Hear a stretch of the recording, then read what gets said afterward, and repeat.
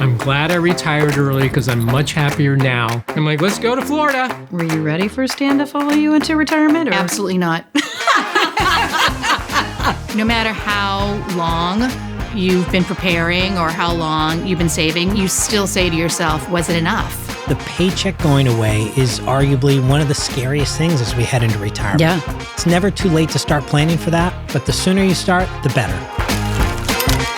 Dreaming of retiring early? Can you do it?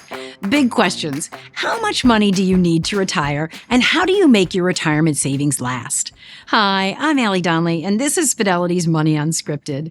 With the help of Fidelity VP Andy Alvarez, we're tackling how to build a strong retirement budget, planning for the unexpected like healthcare costs and inflation, and how to design and stress test your retirement lifestyle.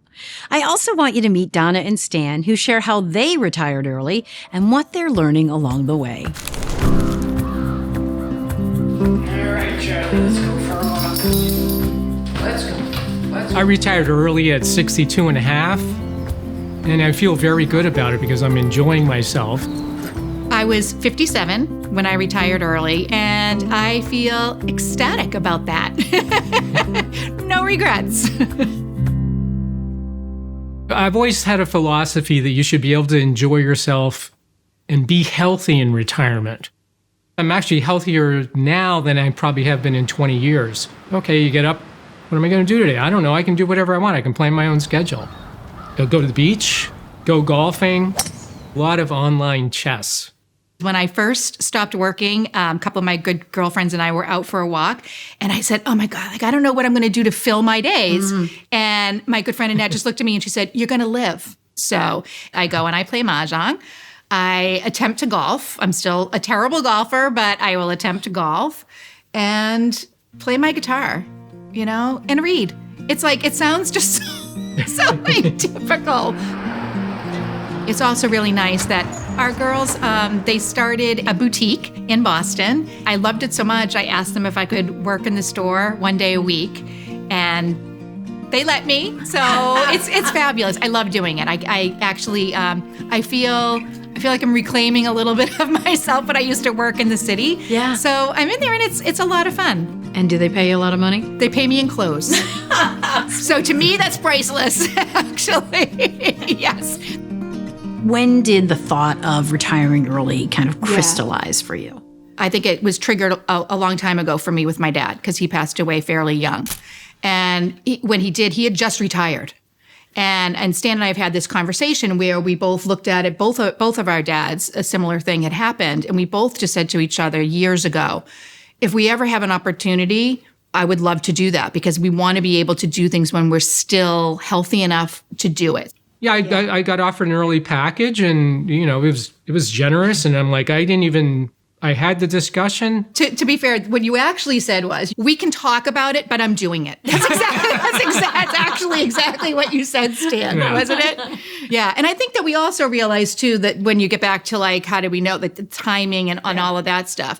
Our girls were done with college, which when you're raising kids, that's the biggie.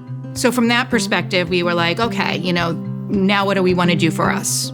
They wanted to be in Florida part-time, so they downsized their Massachusetts house to afford living in both states. Donna had owned a marketing firm, and Stan was in finance. They're grateful they started putting money in their 401ks early in their careers to have more choices now. And I knew enough to say, hey, I'm going to start putting money aside to the extent I can afford. It wasn't a lot of money I was making, right? I mean, it's just the time, but I didn't say, I'm going to retire early. I didn't even think about it. I just said it was a responsible thing to do. Yeah. And then I didn't really realize how quickly that adds up and how beneficial it is to do that when you're 22. Right. And not start when you're 40. As you thought about retiring early for each of you, what was your biggest concern? What was your biggest question? Oh, God, money. I mean, let's be honest. It's like no matter how long you've been preparing or how long you've been saving, you still say to yourself, was it enough? Now that you're in retirement, what's your biggest question or concern? Money. It's still money. Yes, that's me too. The money question, I think, for a lot of people. Andy, let me bring you into the conversation. Donna and Stan were ready to retire, but retiring early or retiring at all is a lot to weigh. So how do I know if I'm ready to retire? That, Allie, is the question, right? And there's so many factors to go into answering that question. Certainly, we think about your lifestyle that you want to have in retirement. We think about your financial situation, and there are guidelines that exist that we can certainly talk through, but it's going to be unique for everybody. All right, so let's get into some of those factors to weigh as we consider retiring or retiring early. You know, there were some surprises for Stan and Donna that they had to work through. Yeah, and I think as you transition into those retirement years, your lifestyle does change. We saw with Stan that he went from a really regimented lifestyle, from working out in the morning to going to the office to having all this free time. Questions you might want to ask yourself are, what do I want my lifestyle to look like as I head into retirement? Do I really go to stop working altogether? Do I want part-time work? Is there volunteerism that I want to do? You also want to think about your family members that depend on you each and every day, or that could depend on you. And how do you want to interact with them, and what your legacy might look like throughout retirement and beyond? Okay, so let's dig deeper into the financial questions. Sure. What are some things I should be considering? As you reflect on that lifestyle question, big question that always comes to mind is, well, how much does that lifestyle really cost?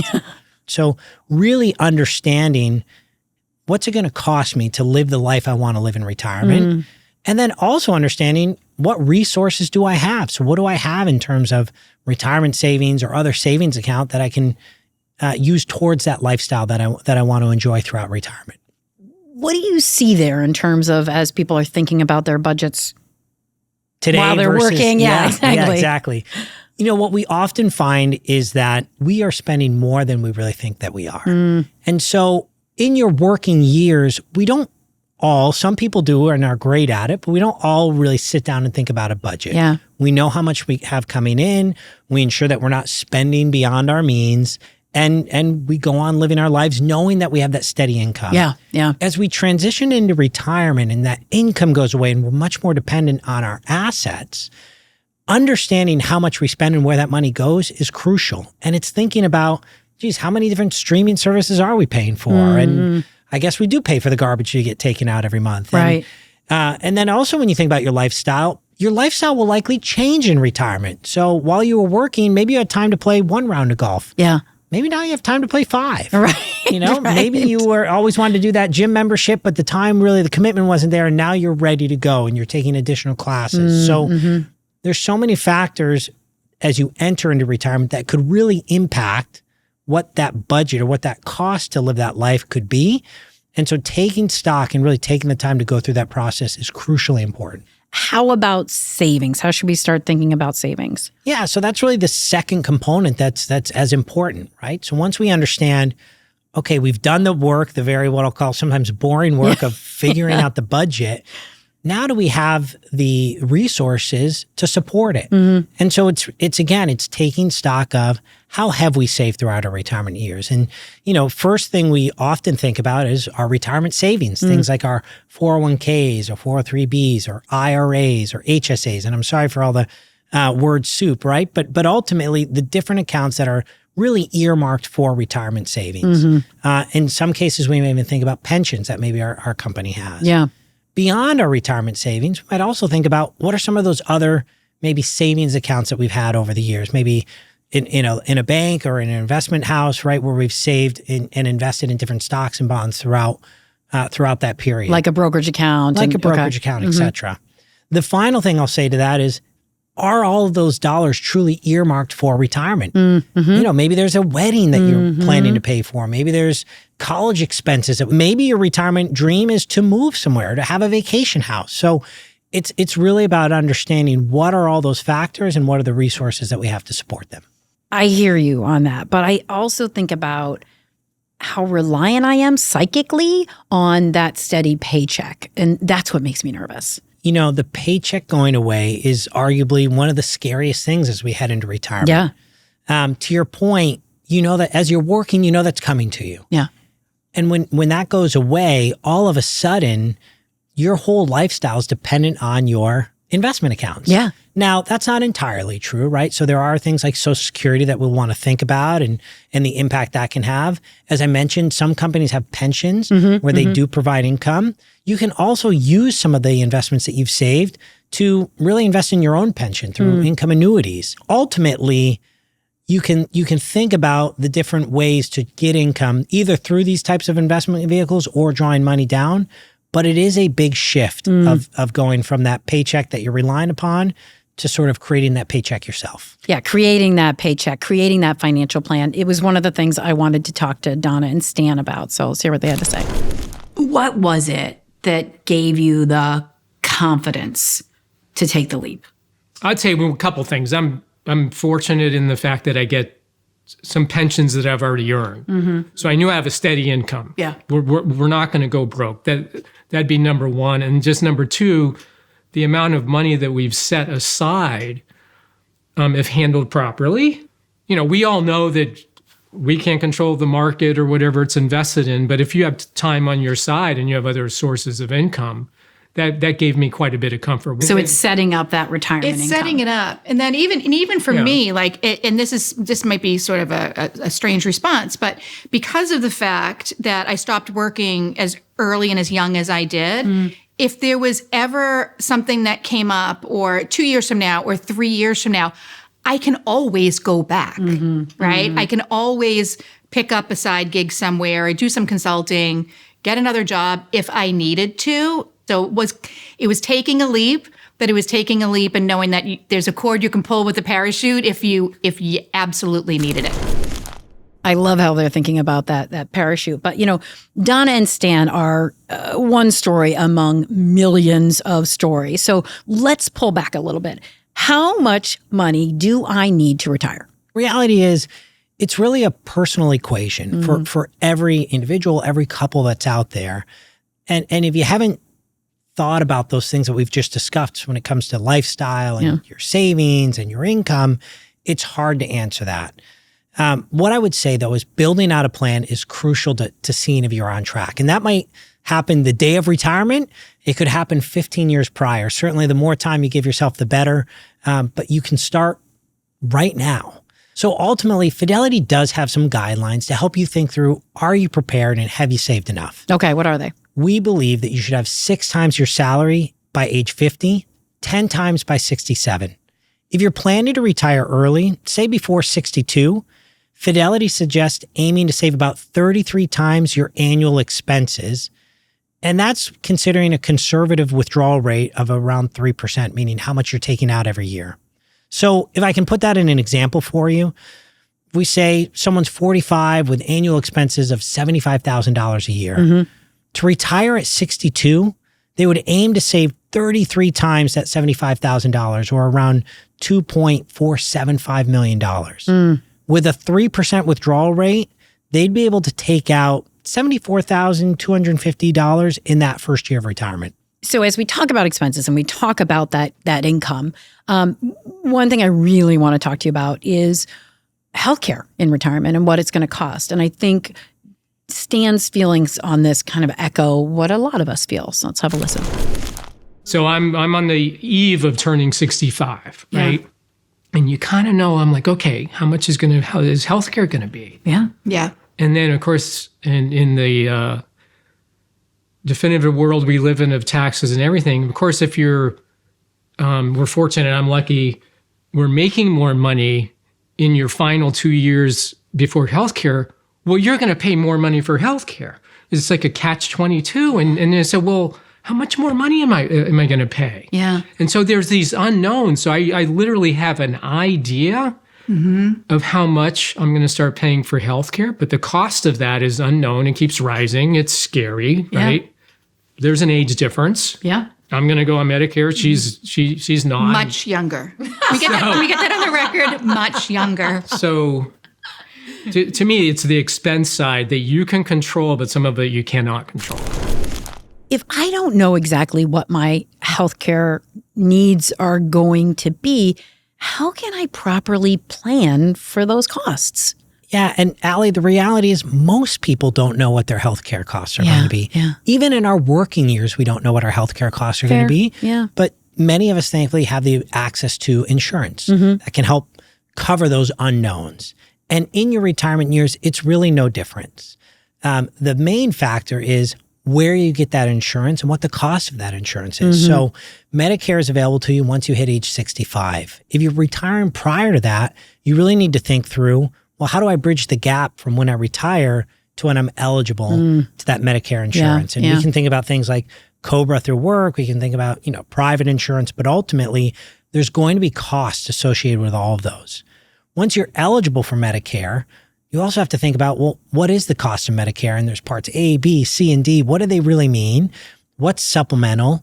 There's a lot of information that you need to take time to figure out.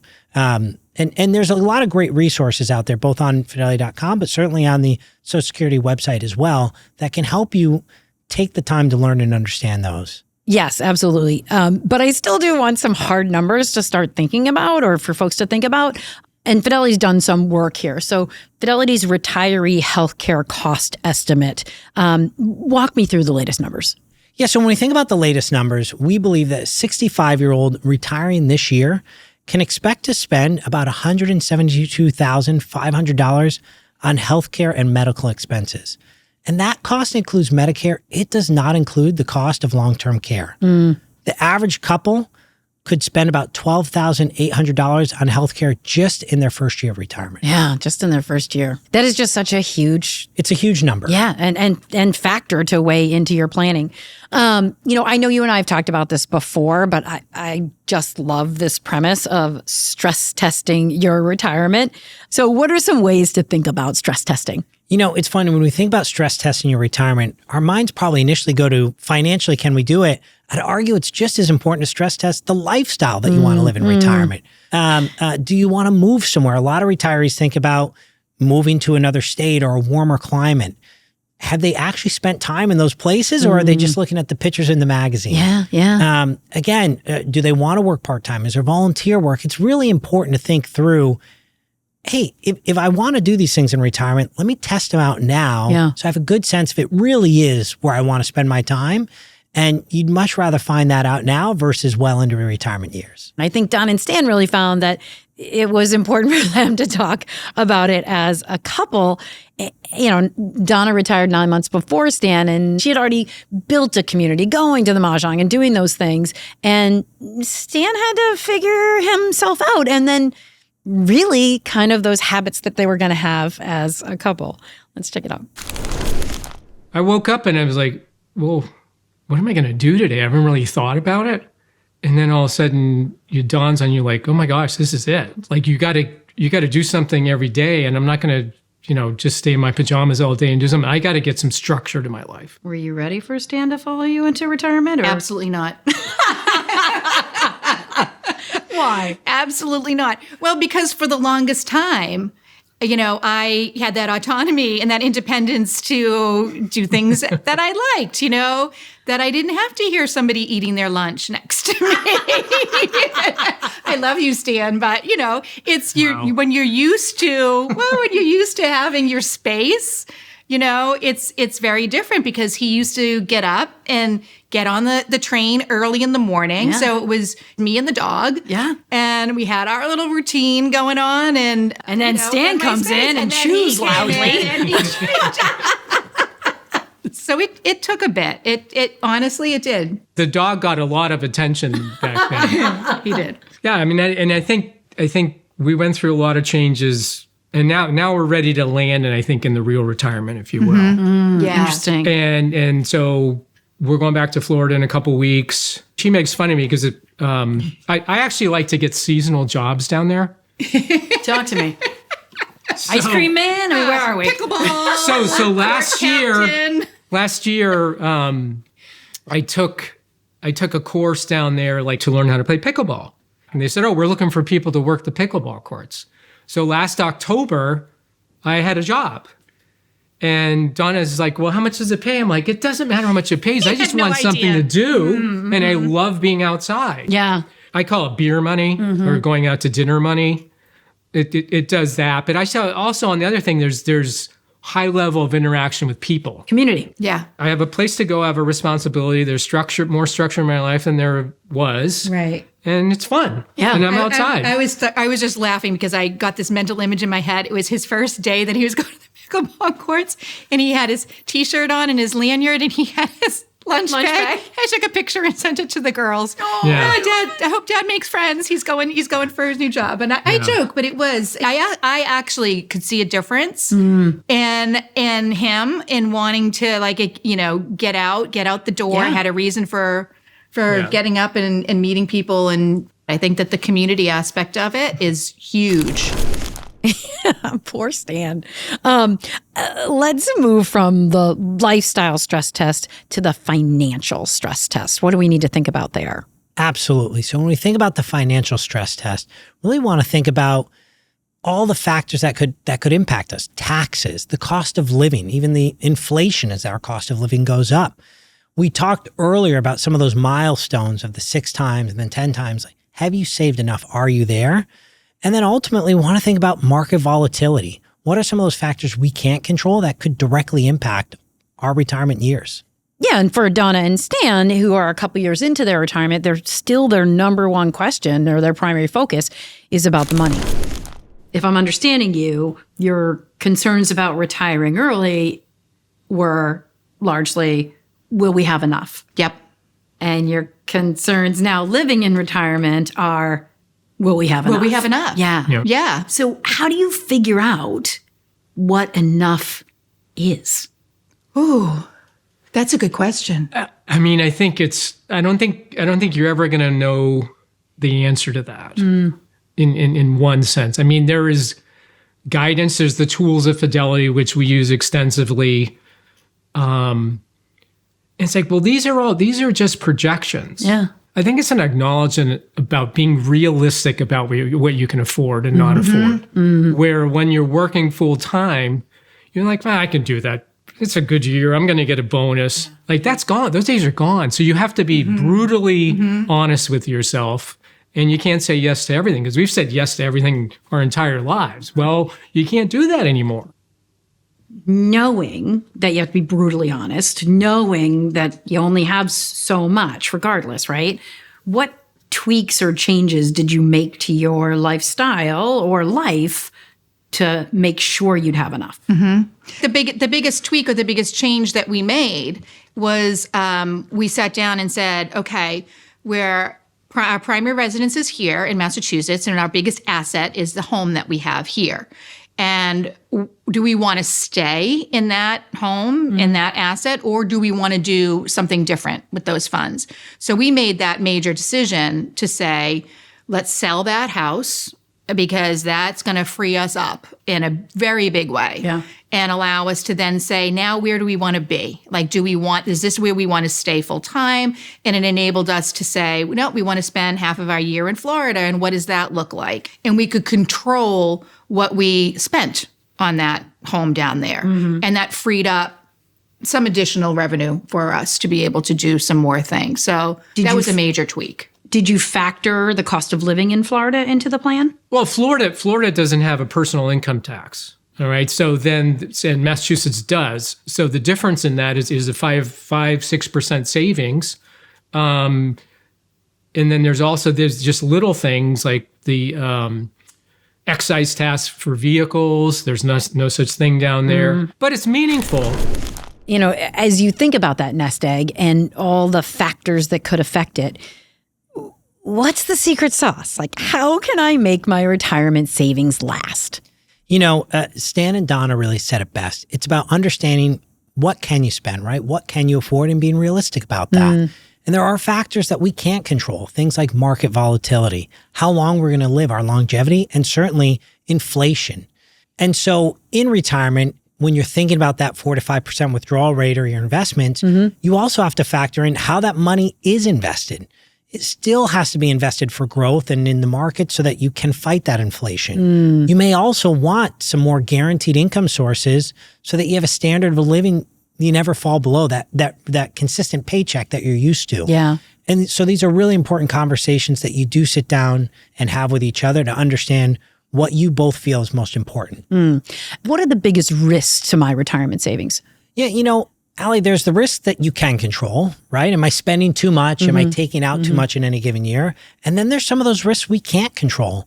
Market volatility. Is the market going to drop by 20% in a given year?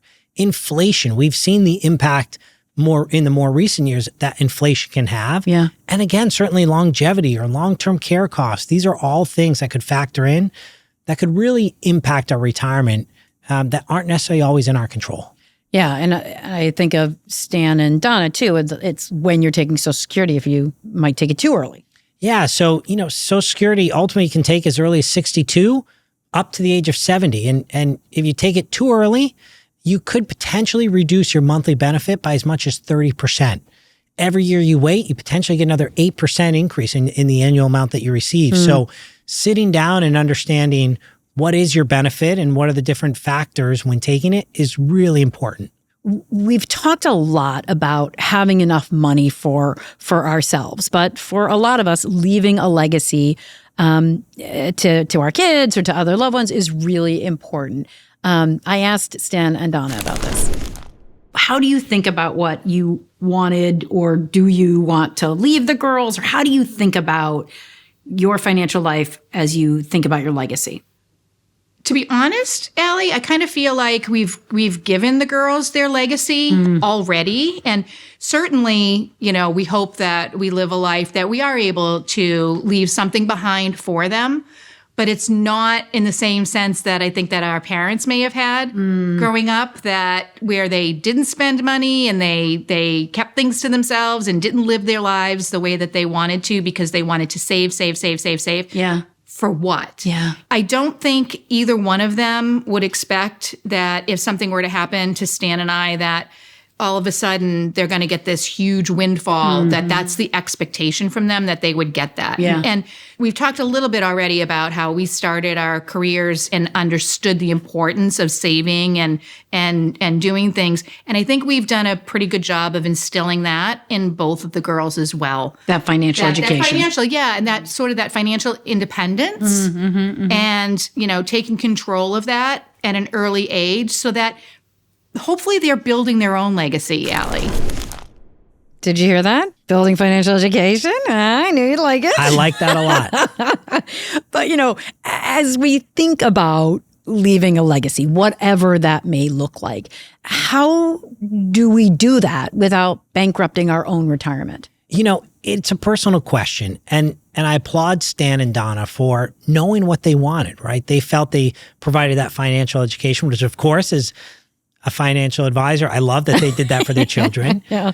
But understanding what you want in retirement, that lifestyle and legacy, it is a balancing act because they both impact each other. What do you want that legacy to look like? For some retirees, they want to be able to give in their retirement years to maybe support those they care about or the institutions they care about while they're living and throughout their retirement years. Yeah. Others like the idea of being able to leave a legacy once they're gone. But ultimately, it is about taking care of your lifestyle first. And, it's the analogy to the oxygen mask. You gotta put it on yourself first before helping others. Yeah, it's so true. Andy, this has been such a great conversation. And before I ask you about your final takeaways, I did ask Donna and Stan for their biggest lessons for others. I would put a lot more money in Roth. Every move you make now, you have to think about the tax consequences, but really try to specifically find out your exact situation on taxes and health care. And it sounds simplistic, but it's harder than one would think. Recognize that whatever projections you have for expenses are just a projection. And it's hard. And of course, there's surprises. Somebody becomes unhealthy or. It's not perfect. It's not perfect to project your expenses, especially now because there's a lot of inflation, right? Yeah. Like, holy mackerel. Yeah. The biggest piece of advice I'd give to somebody who was thinking about retiring early is to recognize it's going to take time after you make that decision. And if I had your whole identity tied up with your job or with your career, to all of a sudden not have that, that's hard. Give yourself the grace of a year. Like recognize for yourself that it's going to take you a solid year to really feel like, did I make the right decision? Am I doing the right thing? Is this what I want for myself? Financial research is really important. Health insurance is really important, but also recognizing who do I want to be in this new phase of my life. You said give yourself a year. Did I make the right decision? Did you? I absolutely made the right decision. And we're having fun, and Stan and I think, are getting into a groove together that we're really enjoying our life together. Which is terrific. So leave folks with some final takeaways. Absolutely. So really in retirement, look, there's things you can control. How much you spend, understand your budget, and the resources you have, how much you've saved and how much you can save leading up to retirement. So all the things you can't control, like that market volatility and the inflation, it's all about having a plan. And like I said earlier, whether you're retiring today and starting that plan or you're 15 years out, it's a journey. It's personal to you, but it should be something you enjoy and something you're excited about moving into. Excellent. Wise words. Andy Alvarez, thank you so much. Thank you so much, Allie. If you want to explore retiring or retiring early, we have lots of resources on our website, including Fidelity's Retirement Score. It lets you see where you might stand for retirement right now. There's also our Retirement Income Calculator, which lets you plug in some numbers and take a look at your potential monthly income. Find a link in our show notes or at fidelity.com/moneyunscripted. Be sure to like, follow, subscribe to the podcast, and we'll see you next time on Money Unscripted. It's your life. Get your money's worth.